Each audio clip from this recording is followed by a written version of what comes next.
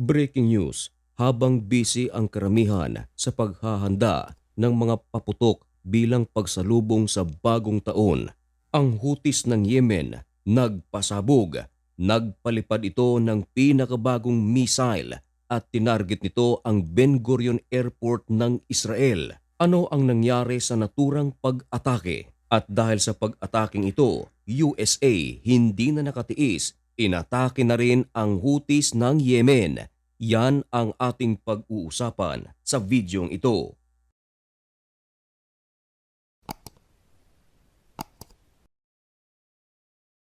Ngayon ay January 1, 2025. Happy New Year sa inyong lahat. Ihahatid natin sa inyo ang pinakabagong pangyayari ngayon sa pagitan ng Israel at ng Houthis.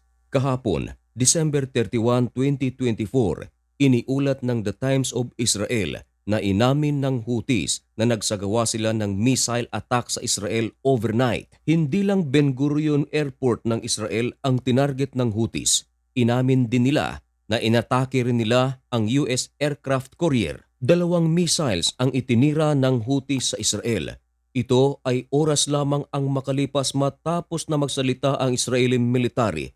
Ayon sa Israeli military, na nagpabagsak sila ng mga projectile na nagmula sa Yemen at pagkatapos nito, muling may lumipad ng mga missile. Yun pala, inatake na ng Houthis ang Ben Gurion Airport ng Israel sa Tel Aviv.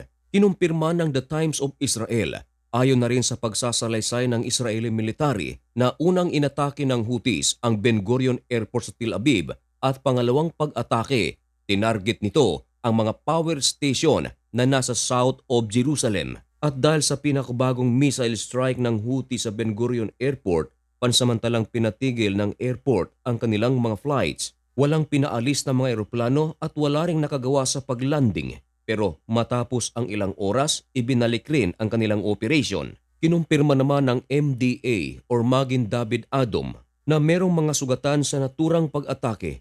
Pero ayon sa kanilang paglilinaw, hindi raw ito sanhi ng direct hit ng missile attack ng Houthi. Merong isang babaeng 18-year-old sugatan dahil ito ay tumatakbo at naghahanap ng bomb shelter at ito ay nasagasaan. Mabilis ito na isinugod sa paggamutan at ngayon ay tumatanggap na ng medical attention. Maliban sa babaeng ito, marami rin ang nagtamo ng sugat. Ito ay bunsod ng pagtakbuhan at nagpanik sa paghahanap ng bomb shelters. Ngayon, sa pag-amin ng Houthi na nagsagawa rin sila ng missile attack sa US aircraft carrier, sa araw ding yaon, hindi pinalampas ng United States of America. Ayon sa US Central Command, nagsagawa din sila ng pag-atake sa Houthis ng Yemen. Kahapon lamang, December 31, 2024, ang US forces nagpalipad ng kanilang mga fighter jets at nagtungo sa capital ng Yemen na Sanaa. Inamin ng United States of America na hindi lang December 31 nagsasagawa ng pag-atake ang Houthis sa kanilang warship. Umaatake rin ito kahit December 30, 2024. Pero nananahimik pa ang United States of America dahil ang kanilang mga atake ay kanilang nasasangga. Pero December 31, hindi na nakatiis ang United States of America. Winasak ng United States of America ang maraming lugar sa Sanaa na kontrolado ng Houthis. Ayon sa pag-amin ng Estados Unidos, kasama nilang pinulbos ang Houthi Command and Control Facilities, kasama na ang kanilang Advanced Conventional Weapon Production, ay hindi nakaligtas. Inamin din mismo ng gobyerno ng Yemen na merong isinagawang malaking airstrike ang United States of America sa kanilang bansa. Ikinabahala ng maraming mga sibilyan sa Yemen ang naturang airstrike ng United States of America sapagat ang naturang airstrike ay hindi maliit kundi napakalaki. Marami rin sa mga aerial vehicles ang pinasabog ng United States of America. Ito ay ayon sa Central Command. Ayon naman sa ulat ng CBS News, hindi lang pala US Air Force ang sumalakay sa Sanaa sa Houthi, kundi maging ang kanilang US Navy hindi rin nagdalawang isip na umatake. Ayon sa US Navy, winasak nila ang mga radar ng Houthis na nasa coastal area nito. Hindi rin nakaligtas ang 7 cruise missile ng Houthi at ang unmanned aerial drones nito. Ayon sa mga nakasaksi na ibinalita pa rin ng CBS News na kahit ang Defense Ministry Office ng nasa Sanaa hindi ito nakaligtas sapagkat dito nagkaroon ng isang powerful explosion. Agad na nagpahayag ang Estados Unidos. Ayon sa kanila, iniwasan daw nila ang mga sibilyan at katunayan walang napaulat na mga casualties sa naturang airstrike. Marami ang mga nagsasabi na malamang pinindutan na ng US forces ang gobyerno ng Yemen na palisanin ang mga sibilyan sa naturang lugar sapagkat magsasagawa sila ng malakihang airstrike. Dati nang nanawagan ang presidente ng Yemen na huwag nang suportahan ang Houthis na nasa kanilang bansa. Kaya malaki ang possibility na bawat gagawa ng pag-atake ang US sa Yemen ay nagpapaalam ito sa gobyerno ng Yemen. And of course, dahil sa US strike, agad na nagsalita ang kampo ng Houthi. Ayon sa Houthi spokesperson na si Mohammed Abdul Salam, tinawag ng Houthi na ang naturang airstrike ng Amerika ay blatant violation of the sovereignty of an independent state at blatant support din daw ang ginagawa ng United States of America sa Israel.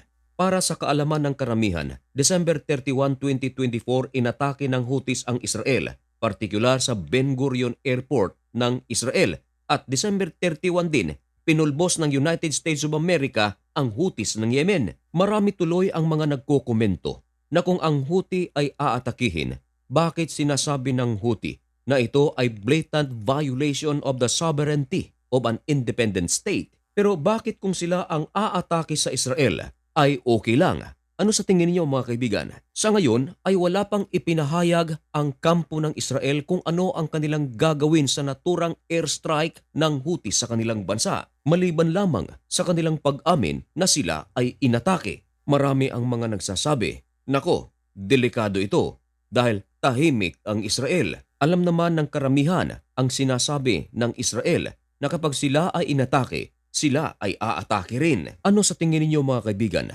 Ano kaya ang gagawin ng Israel?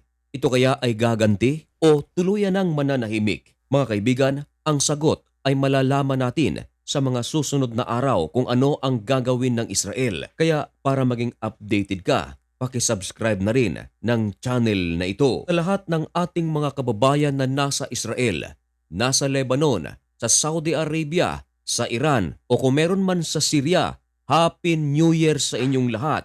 At kahit paman sa ating mga tagapanood na nasa United States of America, nasa Canada, nasa Italy, sa Paris, sa Japan, sa South Korea o kahit saan mang dako ng mundo, aming panalangin, sana sa taong ito magkaroon kayo ng isang napakagandang kalusugan, full of blessing, mapa-financial man o material at higit sa lahat ang spiritual blessing. Hanggang dito na lamang muna ang videong ito. May God bless you and thank you so much for watching. Goodbye!